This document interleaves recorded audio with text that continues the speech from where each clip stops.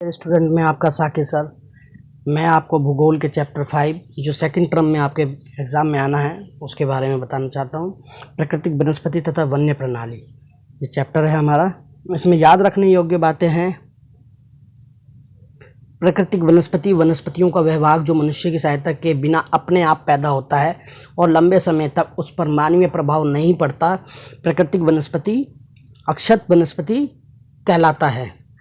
ठीक है, यानी प्राकृतिक वनस्पति वो है जो मनुष्य की सहायता के बिना अपने आप स्वयं प्रकृति में पैदा हो जाता है। दूसरा पॉइंट है देशज वनस्पति। वह वनस्पति जो मूल रूप से भारतीय है उसे देशज वनस्पति कहते हैं। जो वनस्पति मूल रूप से भारतीय है वो देशज वनस्पति कहलाती है। विदेशज वनस्पति जो पौधे भारत के बाहर से आए उन्हें विदेशज वनस्पति कहा जाता है। यानी जो पौधे भारत में नहीं थे, बाहर से लाकर यहाँ लगाए गए, वो विदेशज वनस्पति कहलाती है। बायोम। बायोम क्या है? भूमि पर स्थित एक बहुत बड़ा परितंत्र जिसमें विविध प्रकार की वनस्पतियाँ तथा जंतु शामिल होते हैं, उसे बायोम कहते हैं। बायोम भूमि पर स्थित एक बहुत बड़ा परितंत्र है जो विभिन्न वनस्पतियों उष्णकटिबंधीय वर्षा वन भूमध्य रेखा के दोनों ओर 5 डिग्री उत्तर तथा 5 डिग्री दक्षिण के बीच आने वाला वन। भूमध्य रेखा विषुवत रेखा के जो दोनों ओर 5 डिग्री ऊपर, क्योंकि भूमध्य रेखा हमारी 0 डिग्री पर होती है। ग्लोब पर आपने देखा हो बीचों बीच एक रेखा हम काल्पनिक रेखा मानते हैं, जिसे विषुवत रेखा कहते हैं। इसके 5 डिग्री उत्तर और 5 डिग्री दक्षिण के बीच आने वाले वनों को भूमध्य रेखा उष्णकटिबंधीय वर्षा वन कहते हैं। ठीक है। 7 नंबर, भारत की प्राकृतिक वनस्पतियों को 5 भागों में बांटा गया। भारत की वनस्पतियों को 5 भागों में बांटा गया है जो निम्नलिखित हैं। नंबर 1 उष्णकटिबंधीय वर्षा वन। सदाबहार वन भी कहते हैं इन्हें, और ये उष्णकटिबंधीय वर्षा वन कहलाते हैं। इसमें पत्ते सदा बने रहते हैं। उष्णकटिबंधीय पर्णपाती वन, ये उष्णकटिबंधीय पर्णपाती वन है। नंबर 3 कटीलीय वन या झाड़ियाँ रेगिस्तान में पाई जाती हैं। पर्वतीय वन, ये पर्वतीय क्षेत्र में पाए जाते हैं। मैंग्रोव वन, ये आपने देखा हो सुंदरवन डेल्टा जो मैंग्रोव वन है। ठीक है, इस तरीके से हमारे पास 5 प्रकार की वनस्पतियाँ पाई जाती हैं भारत में। नंबर 8 उष्णकटिबंधीय पर्णपाती वन में पाए जाने वाले कुछ वृक्ष साल, सागौन, बांस, शीशम, चंदन, खेर, अर्जुन, सहतूत, पीपल, नीम आदि आते हैं। ये कौन से हैं? उष्णकटिबंधीय पर्णपाती वन में पाए जाने वाले कुछ वृक्ष हैं ये। नंबर 9 पर्वतीय वनों में पाए जाने वाले कुछ वृक्ष आक, चेस्टनट, चीड़, देवदार, सिल्वर, फार आदि हैं।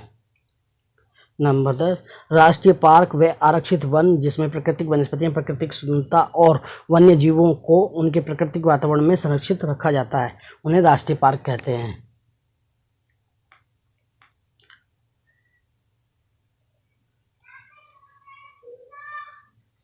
अब वनों के लाभ।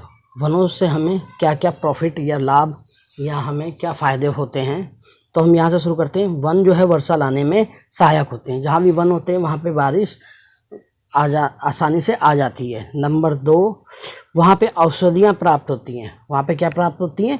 औषधियाँ, यानी भिन्न भिन्न जड़ी बूटियाँ, ये सब हमें कहाँ से प्राप्त हो जाती हैं? ये वनों से प्राप्त होती है। ये दोबारा से औषधि प्राप्त होती है, ये वही पॉइंट है।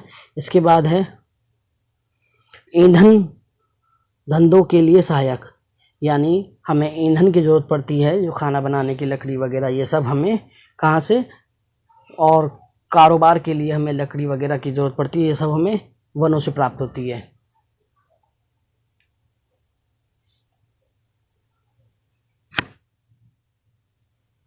इसके अलावा खाद्य पदार्थों की प्राप्ति होती है। खाने के कुछ बहुत सारे पदार्थ हैं जो हमें वनों से ही प्राप्त होते हैं। जलवायु को सामान्य बनाए रखने में वनों की बहुत महत्वपूर्ण भूमिका होती है, क्योंकि जहाँ भी ज़्यादा पेड़ पौधे होंगे वहाँ पे जलवायु सामान्य रहती है। ना ज़्यादा गर्मी, ना ज़्यादा सर्दी, ना बरसात, इस तरीके से मौसम जलवायु जो है बहुत अच्छी रहती है वहाँ पर।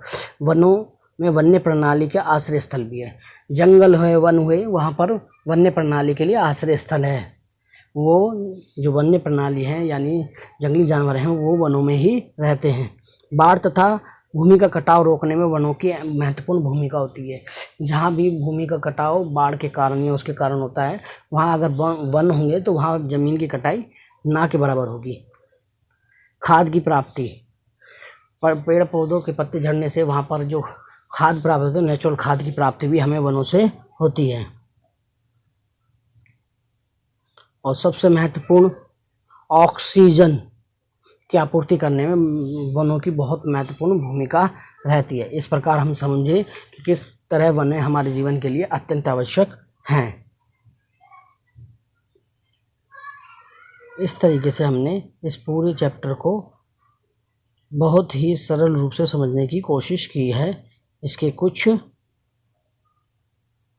तो इस चैप्टर में ज़्यादा खास ना होकर ये चीज़ें हैं, और इसकी जो वनस्पतियाँ वगैरह हैं इनके बारे में हम अध्ययन कर लेंगे। ये बहुत ही छोटे रूप में हमें इसे समझाना था। इसके क्वेश्चन आंसर आप सभी देख लेंगे, जिससे आपको काफ़ी सहायता मिलेगी। इस प्रकार इसमें हम थोड़ा सा वनों को भी देख लेते हैं। जैसे यहाँ मानचित्र के अंदर दिखा रखा है, ये वाला जो है वर्षा वन है, नीचे वाला उष्णकटिबंधीय वन है, फिर पर्वतीय वन है, वर्षा वन, उष्णकटिबंधीय पर्णपाती वन,